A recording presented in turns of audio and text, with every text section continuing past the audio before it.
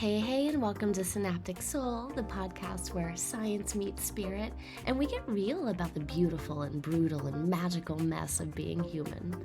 I'm your host, Ava Marie Anderson, writer, mystic, multidimensional mischief maker.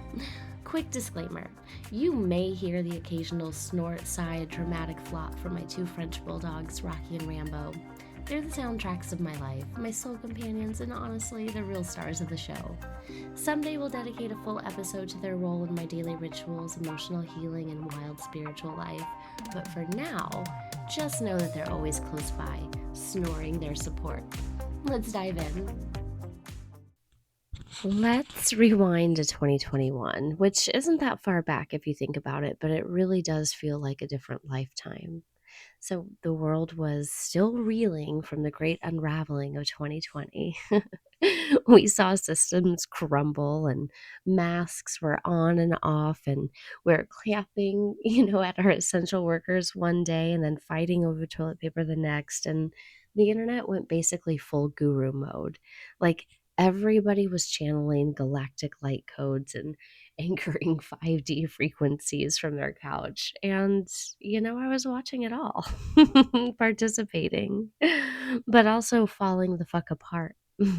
So I was in the middle of what astrologers call a Uranus opposition, which is what most people, most muggles call the midlife crisis. Funny how it always lines up to astrology, right? Like all roads lead back to the stars. But you know what? Mine wasn't about buying a convertible or running off to Tulum because, for one, I'd been driving a convertible for at least a decade. So mine was basically about realizing that I could no longer stand the life that I had built.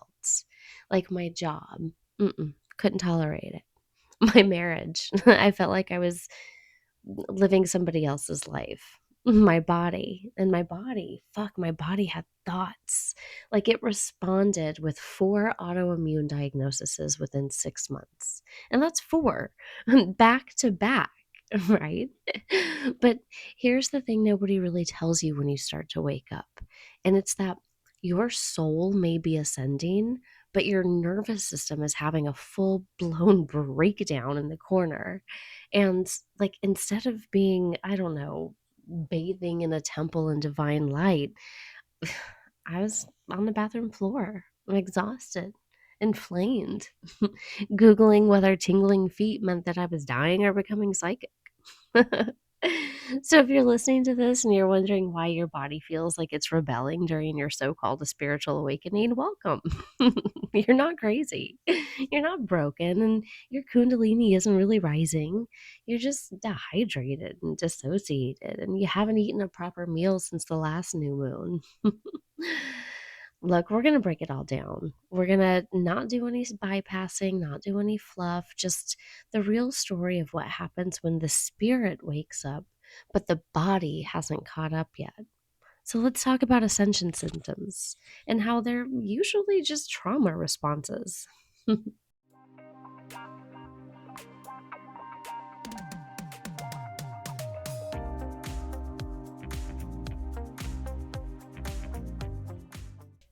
So let's just rip off the band aid gently but firmly. If you've been feeling like your body is falling apart ever since you woke up, well, let me be the one to tell you that your third eye is probably not opening. You're just fried. Like your nervous system is shot. You're spiritually crispy. And no, you're not ascending. You're dissociating, dude. Because here's the thing nobody really warns you about when the memes start rolling in about DNA activations and 5D shifts. You cannot spiritually evolve if your nervous system is still stuck in a trauma loop.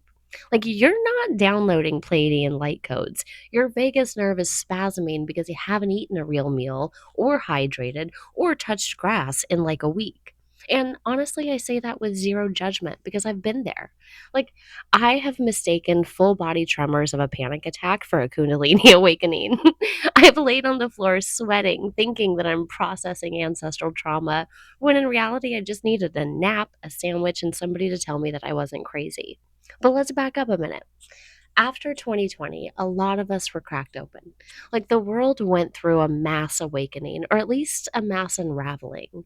We had systems collapse. We had illusions shattered. And suddenly everybody had a TikTok channel about their psychic gifts. And look, I love a good intuitive download as much as the next, but what we started calling ascension symptoms were often just our poor, overworked nervous systems going into full blown crisis mode. So, let's talk about what these ascension symptoms actually are. So, if you have ringing in the ears, well, it could be stress induced tinnitus, especially if your jaw is tight and you grind your teeth at night. Are you feeling dizzy and floaty? Well, that's classic dorsal vagal collapse. Like your body literally trying to protect you from too much stimulation by shutting you the hell down. Those heart palpitations might actually be a panic attack, or could be the 3 cups of ceremonial cacao you chugged before you started journaling about your inner child. Because, look, the body speaks in sensations. But if we've never been taught how to listen, we slap a sticker over it and call it a symptom of ascension because it makes us feel special and chosen and like something mystical is happening. And maybe it is. But more often than not, it is the very practical reality that your body is trying to get your attention.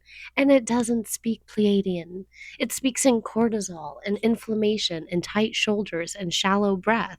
And this is where I want to lovingly introduce you to something called polyvagal theory.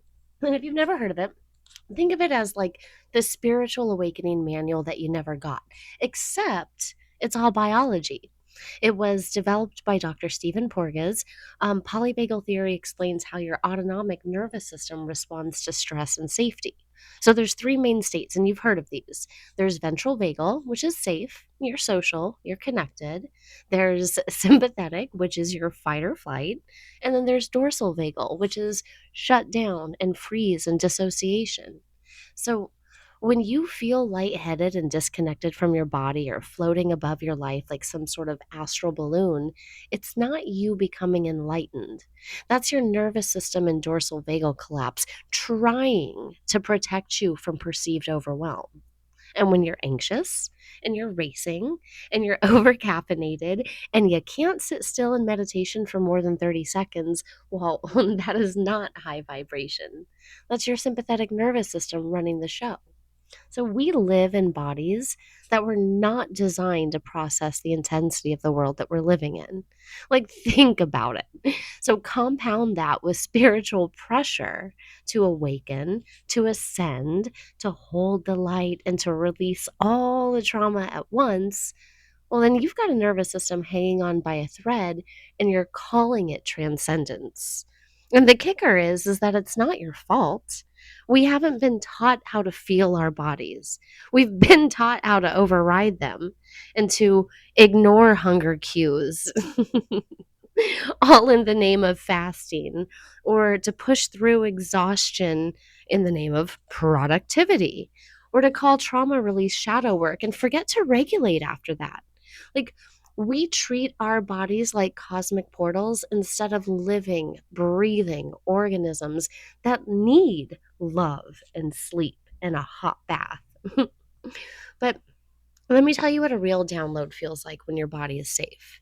It's clear, it's calm, it's integrated. There's no panic and no urgency and no nausea or disorientation. So when I receive deep intuitive insight now, I don't feel like I'm being electrocuted. I feel still, I feel aware, and I feel grounded. And that only started happening after I stopped confusing spiritual sensation with trauma activation. And so if you're like listening to this and you're sitting there and you're nodding like, "Oh shit, that's me." I want you to take a breath. Like really, really, really right now. Inhale and then exhale. And then feel your feet. Wiggle your toes. This is your body. This is your home. This is the temple, not some abstract light realm or star system 40,000 years away. You're not broken, you're just overloaded. And dude, that makes sense because this world is overstimulating on the best of days. And awakening is supposed to feel messy because your identity is falling apart. But let's not gaslight ourselves with jargon and galactic terminology when our poor nervous system just needs a glass of water and some protein and 10 minutes of laying on the floor with a weighted blanket. Let's promise each other something right here, right now. We will not mistake trauma for transcendence anymore. We will not bypass the biology in favor of the fantasy. We can still believe in the mystical. I absolutely do. But we're going to anchor it in the body and in truth, and then healing that starts with the roots, not the crown. Because guess what? You don't need to ascend, you just need to come home. This episode is brought to you in part by one of my most favorite humans on this spinning planet, Morgan Garza, and her book Soul Magic. If you've ever felt like your power was just waiting beneath the surface, or like there's something ancient and electric inside of you ready to be reclaimed, then this is the book that helps you remember. Soul Magic is not just a read, it is a summoning. It's filled with rituals and stories and the kind of grounded spiritual wisdom that doesn't talk at you, it talks with you. Morgan writes like a soul sister, a cosmic cheerleader, and a priestess all rolled into one. And it's a must-have for anyone on the path of awakening, reclaiming. So grab your copy at morgangarza.com or wherever books are sold, or bless someone else's journey and gift it, because real magic's meant to be shared. That's Soul Magic by Morgan Garza. You'll feel it in your bones. All right, here's the part the internet tends to skip over. Awakening doesn't usually come with harp music and angel wings. Like, it is not all lavender fields and white linens and Instagram carousels titled 10 Signs That You're Ascending. No. Real awakening feels like your nervous system is filing from divorce from your soul, filing for divorce from your soul. And both of them are giving each other the silent treatment while your body flares up like it just got hit by a bus. So let's talk about what it really feels like to wake up. Because sometimes it starts with a whisper. Like something doesn't feel right. Your job is starting to make you nauseous, and your marriage feels suffocating, and you keep looking around at your life and thinking, ah, like this is it? And other times the universe skips the whisper and just throws a brick through your window. And that was me in 2021.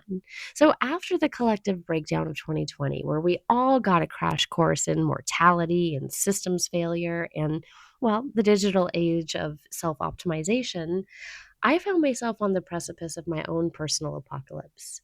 Everything felt off. Like my skin itched with restlessness. My chest tightened every time I clocked into work. And I was snapping at my kids and, oh lordy, crying at random and sleeping terribly. And then the symptoms just started rolling in. I had fatigue. I had gut issues. I had inflammation. I had full body rashes. And I saw doctor after doctor. And within 6 months, I had been diagnosed with not one, not two, but four autoimmune diseases. Like my nervous system was done. My body was screaming. And then somewhere in the midst of it all, I felt, you know what? This life doesn't fit me anymore. People love to romanticize awakenings, but here's the reality. You don't get to skip the death part. An awakening is a death of the version of you that was built for survival and not thriving. And that version's not going to go down without a fight, mind you. But let's break it all down somatically. When your ego, the part of you that's constructed around safety and survival and expectations and old trauma, when that bitch starts to crack, the body registers this as an existential threat. Your nervous system doesn't know that you're on a healing journey. It just knows that everything that is familiar is now disappearing. And what does the nervous system do when faced with sudden change and threat? Well, it activates a stress response. And for some of us, that means going into sympathetic overdrive. So, anxiety and racing thoughts, and insomnia and rage, and even mania. And for others, it's more of a dorsal shutdown. So, dissociation, numbness, apathy, fatigue. And for some of us lucky trauma babies, we get to ping pong back and forth between the two like we're in some sort of fucking tennis match. And spiritual pressure added to the mix, that expectation to stay high vibe, to find the lesson, to transmute in real time, well, that just skyrockets the stress.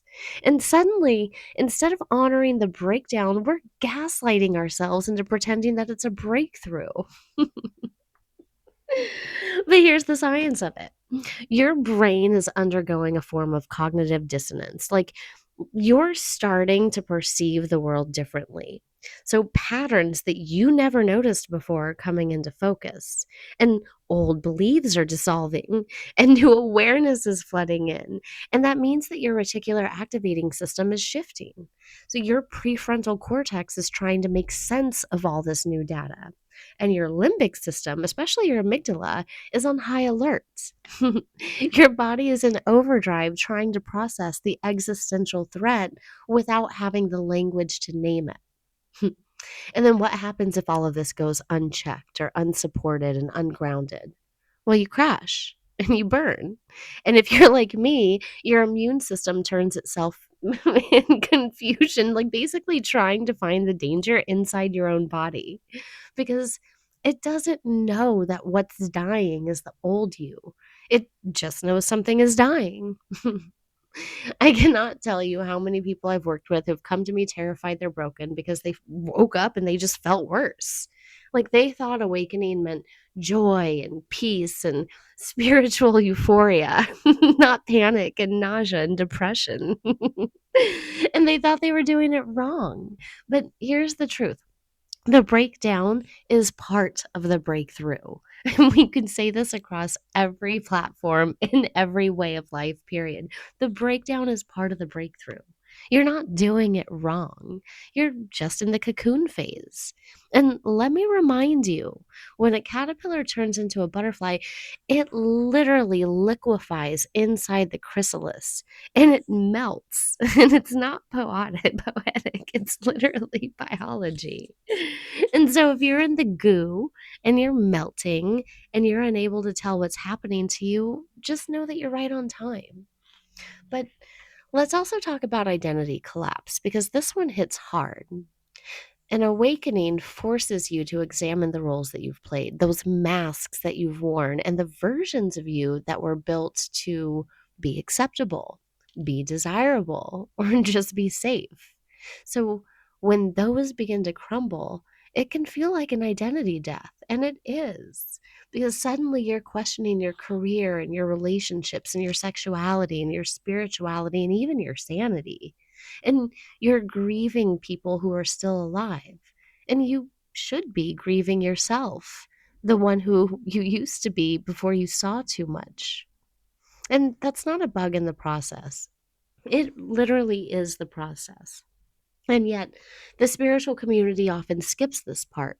Or worse, they try to cover it up with, affirmations and moon rituals and smudge bundles without ever really addressing the grief and the fear and the rage and the literal physical toll that transformation takes on the body. And we talk about ego death like it's sexy. And it's not. It's bloody. It's painful. It's the kind of ache that settles in your bones and asks you to surrender without knowing what comes next. So, what do we do when the awakening feels like hell? Well, we name it and we normalize it. And we stop pretending that awakening is a straight shot into like just inner bliss. We stop bypassing the biology and we listen to the body instead of trying to escape it. So honor the tears, honor the trembling, honor the fatigue, honor the flare ups. Like, we get honest about the fact that our healing might look like being in bed for 3 days and crying into a burrito. And that's still healing, by the way. It's still divine. And then eventually, slowly, gently, the storm calms. The nervous system finds safety again. Your body starts to trust you. And when that happens, that is when the true awakening begins. And it's not because you're floating 6 inches off the ground, but because you're fully in your body for the first time in your life. You wake up not to escape, but to embody.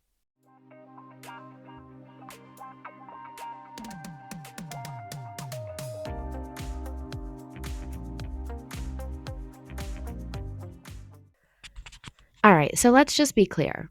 There is nothing wrong with wanting to raise your vibration and anchor in 5D consciousness or receive the downloads. But what's not cute is trying to activate all of this when your blood sugar is tanking and your cortisol is chewing through your neurotransmitters. Like, you can't become light if your body thinks it's dying. And, dude, if you're surviving on lattes and 2 hours of sleep while trying to hold the frequency, you're not ascending. You're running on fumes. But let's talk biology. So, when people say they're vibrating higher, what they usually mean is that they're experiencing a shift in consciousness. So, maybe their intuition is louder, or their dreams are wilder, or their perception feels enhanced. It's all beautiful things, but those shifts don't happen in a vacuum. They happen in a body, a real, messy, electric, hormonal, biochemical, gut driven body. And if your body isn't on board with the transformation, then you're not evolving. You're just you're just frying your circuits. But let's start with the mitochondria. So, as we all know, they're the powerhouse of the cell. These tiny organelles are responsible for producing ATP, which is basically the energy currency your body uses to function. And now, what happens when your system is under constant stress, whether it's from emotional trauma or unprocessed grief or trying to, I don't know, meditate your way out of an abusive job or relationship? Well, your mitochondria slow down. They go into conservation mode and your energy tanks and fatigue sets in. And suddenly you're not ascending, you are exhausted and you can't get out of bed. And that's not spiritual laziness, it's pure and true cellular burnout. And now layer in that nervous system response. So, when you're in a chronic state of dysregulation, so fight, flight, freeze, or fawn, your body is pumping out stress hormones like cortisol and adrenaline. And in small doses, those chemicals are helpful. They help you survive and make decisions and respond to danger. But when they stay elevated over time, it fries your nervous system. It disrupts your gut. It shrinks your hippocampus. And they make your amygdala overreact to every minor trigger.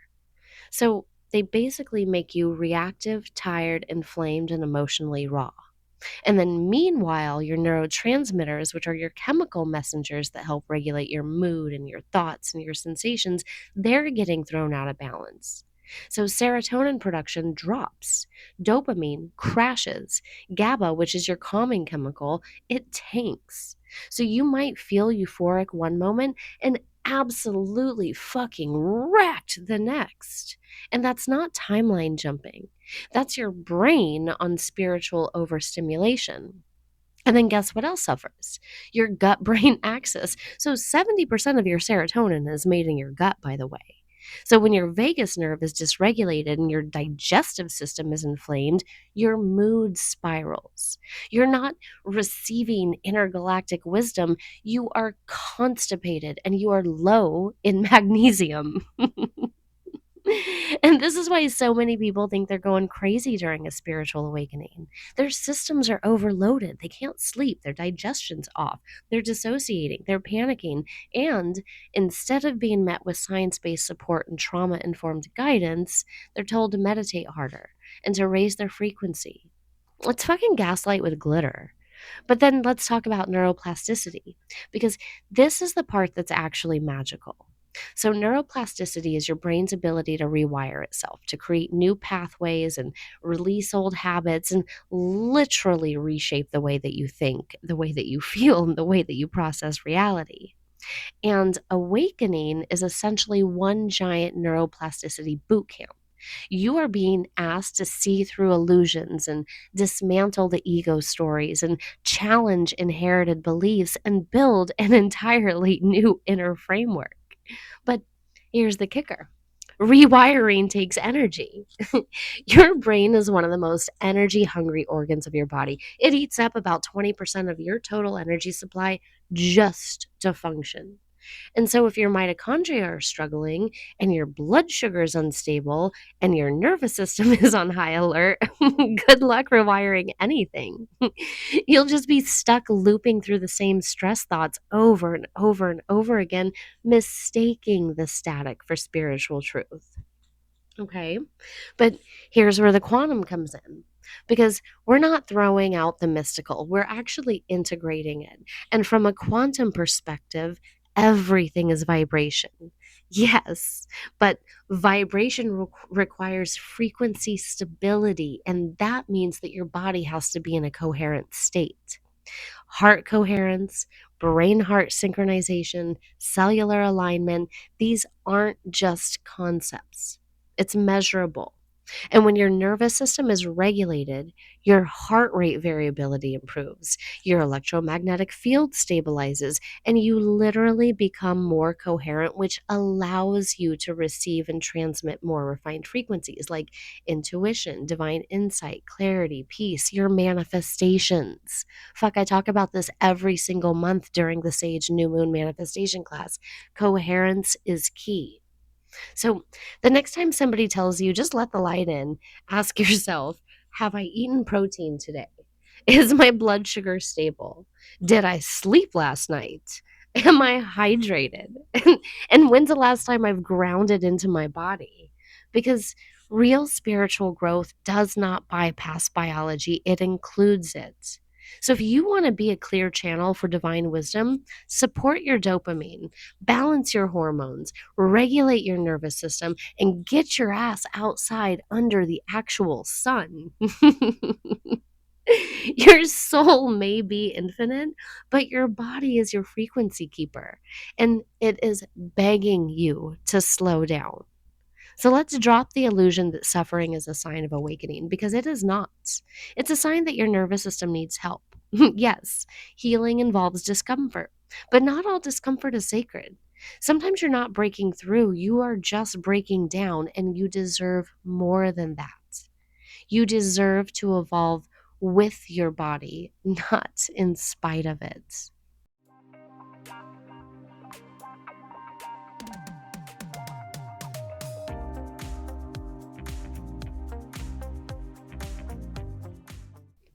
All right, my dudes, let's stop hovering 6 inches above our bodies and come back down to earth for just a second because this is where the healing actually happens. You cannot bypass your body and call it enlightenment. If your awakening isn't making room for your flesh and your fascia and your your feels and your fears, it's not actually an awakening. It's just spiritual dissociation. And I mean, look, let's be real. Dissociation can feel good. So, floating out of the body during breath work or zoning out on meditation or feeling like you're watching your life from the outside, that can feel like peace when you've, I don't know, never known safety inside your body. It can feel like freedom when embodiment has always equaled pain. But dissociation is not the destination, it's just a coping mechanism.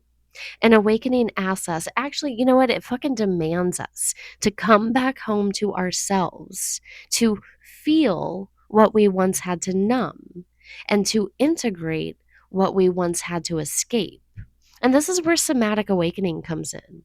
So, somatics, from the Greek soma, meaning the living body, is about healing through the felt sense. It's not about thinking your way through trauma or journaling yourself into a new vibration.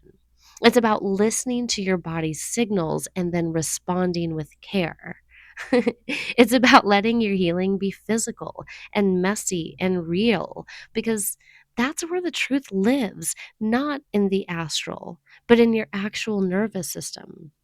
But let's walk it back to the vagus nerve. So, the queen of your parasympathetic system. Oh, I can't even say that word. System, it is the bridge between body and brain. So, when your vagus nerve is toned and responsive, you feel calm and grounded and safe and connected. But when it's shut down or it's frayed from years of chronic stress, you feel numb and anxious and like the world is too much. But here's the wild thing, you can't meditate your vagus nerve into health. You actually have to engage with your body. And this is where we enter somatic practices. So, like fascia release to unstick the trauma stored in your tissues, or breath work to stimulate the vagus nerve and start to regulate your state, or cold plunges and cold showers, which build resilience through controlled stress, or sound, my favorite, humming to vibrate the throat and start to activate that calming response. And maybe even gentle trauma informed movement, but not to push or perfect, but to actually feel your body. You're not broken if you can't sit still and meditate. You're just dysregulated. And if stillness feels threatening, then movement is medicine. Well, let's also talk about food, which I know is not super sexy, but neither is fainting during a full moon ceremony because you forgot to eat all day. I'll just raise my own hand here. Your body needs fuel to process emotional and energetic work. It needs protein and fat and complex carbs that help to stabilize your blood sugar and support your neurotransmitter function and to keep your system online while you're doing all this heavy lifting of healing. So, if you're trying to quantum leap while malnourished, you're setting yourself up for burnout and not breakthrough. And the same goes for sleep, by the way. Like, no amount of high vibe playlists can substitute for like the 7, 9 hours of like actual rest because your brain needs REM to process trauma. Your body needs deep sleep to repair tissue, and your soul needs stillness to integrate all the expansion that you're doing each day. And you're not lazy if you're tired, you're healing. So do let yourself rest. But don't forget about touch. I mean, if safe and consensual, touch is deeply regulating. So, weighted blankets, or self massage, or cuddling with a pet. Hi, Rocky and Rambo. Or even just pressing your hands to your own heart. These are not indulgence, it's essential. Your skin's your largest organ, and it needs feedback to feel grounded in reality. And look, if all of this feels overwhelming, good news. You don't have to do it all at once. Healing happens in microdoses. So, 2 minutes of humming, one glass of water, one gentle shake, one moment of noticing, oh, my jaw is tight. That is embodiment. That's regulation, and that is awakening in real time. Because here's the secret: the more that you come into your body, the more mystical your life becomes. Your intuition sharpens, your dreams become more vivid, and your downloads become clear, and your decisions get easier. And why is that? Well, because the body is the channel. And when your body feels safe, the transmission is clean. When your body is in chaos, everything is static. You're not meant to transcend the body, you are meant to partner with it. And then let's just call out the bypassing for what it is. We live in a culture that is steeped in disembodiment, especially if you've experienced trauma or oppression or chronic illness. So, disassociation is adaptive and it saves you, but that's not where you live anymore. Healing asks you to update the GPS, to stop ghosting your own system and to say, all right, I'm here now. I can feel this way. I can stay. And yeah, you still work with your energy. And yeah, you still call in light codes and ancestors and spirit guides and source, but you do it with your body and not in spite of it. Let your bones be the altar. Let your breath be the invocation, and let your fascia be the scroll that remembers everything. And maybe it wants to be rewritten gently and over time. You don't have to bypass. You get to be here in your own skin, in your own truth, in your own tears, in your rage and your joy, and in your weird and miraculous whole and human body. Because the most sacred thing you'll ever channel isn't a message from the Pleiades or an Akashic code.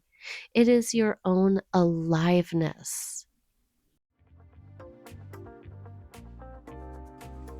This episode is supported in part by Sage App, aka the app that's basically a metaphysical multivitamin. It's like having a spiritual sanctuary in your pocket minus the incense smoke in your purse. It's also where I host my new moon manifestation clubs, which, if you know, you know, we go deep. So if you're ready to stop doom scrolling and start soul scrolling, download Sage in the App Store or Google Play and then step into a more intentional, magical version of your day. That's SAGED, like Sage, but with an app. Back to the episode.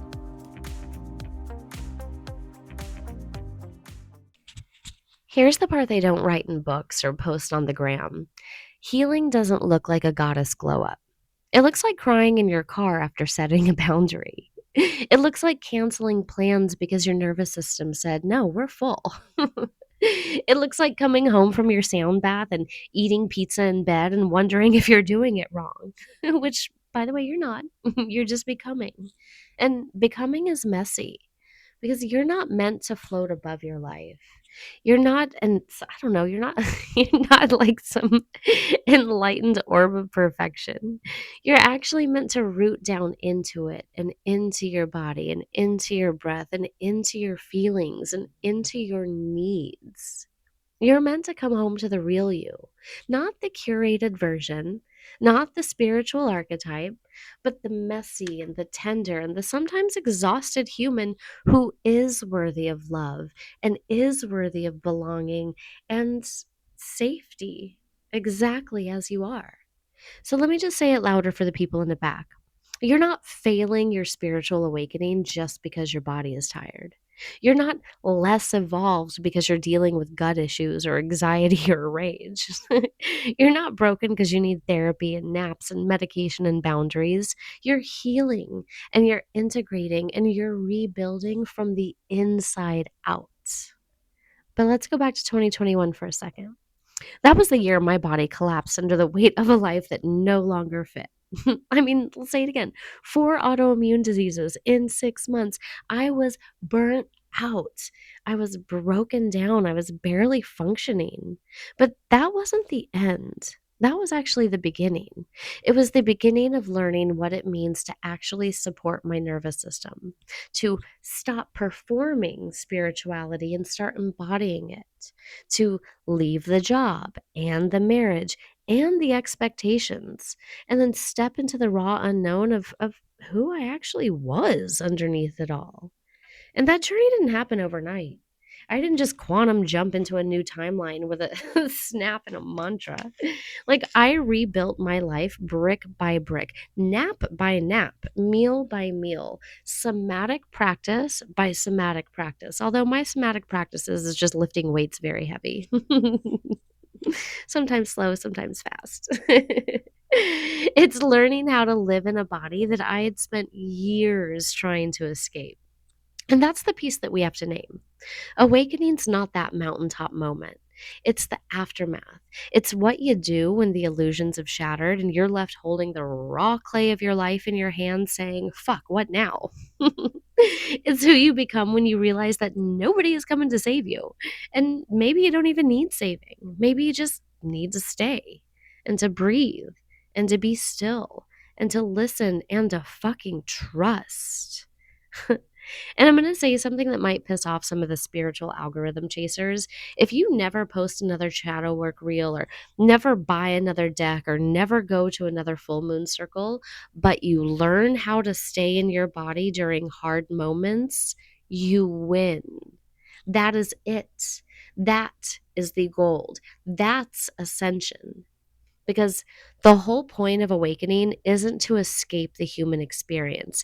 It is to become more human inside of it, more real, more alive, more present, and the kind of present that feels like grief and doesn't run, that honors the rage without burning everything down, or that holds the joy without bracing for it to disappear. I'm going to say it again. You are not meant to transcend your humanity. You are meant to integrate your divinity into it. So let's retire the old language. Let's stop calling every dysregulated symptom an upgrade. Let's stop chasing light and ignoring the body. Let's stop pretending awakening makes us any better than anybody else and start seeing it for what it is, which it's an invitation to be more honest and more gentle and more alive. You're not here to become someone else. You're here to remember who you were before the trauma, before the conditioning, before the world told you to be small or silent or spiritually palpable. You're here to reclaim your full spectrum self and the one who feels deeply and rages beautifully and rests unapologetically and creates with wild abandon. Because you're not broken. You are becoming. And yeah, maybe your aura doesn't glow 24/7. And maybe your frequency dips sometimes. And maybe you forget to drink water and eat lunch and you have a good cry in the Trader Joe's parking lot, and that is okay. You're still sacred. You're still shifting and you're still the light. You're just also in a nervous system that needs love. So here's your permission slip. And it, by the way, it's not from me. It is from the version of you who already exists in the future, who is fully integrated, fully embodied, and fully safe. You don't need to chase another awakening. You don't need to suffer to be spiritual, and you don't need to ascend. What you need to do is to be here and breathing and grounded and real. Because this messy miracle of a life that you're living is the portal. And you, dude, are the fucking key. If you loved this episode, be sure to hit that subscribe button and leave us a glowing review. It helps more beautiful souls like you find this space. Because your words matter, your energy ripples, and every review is like a little spell of support for the Synaptic Soul mission. So until next time, stay curious, stay cosmic, and keep waking the F up.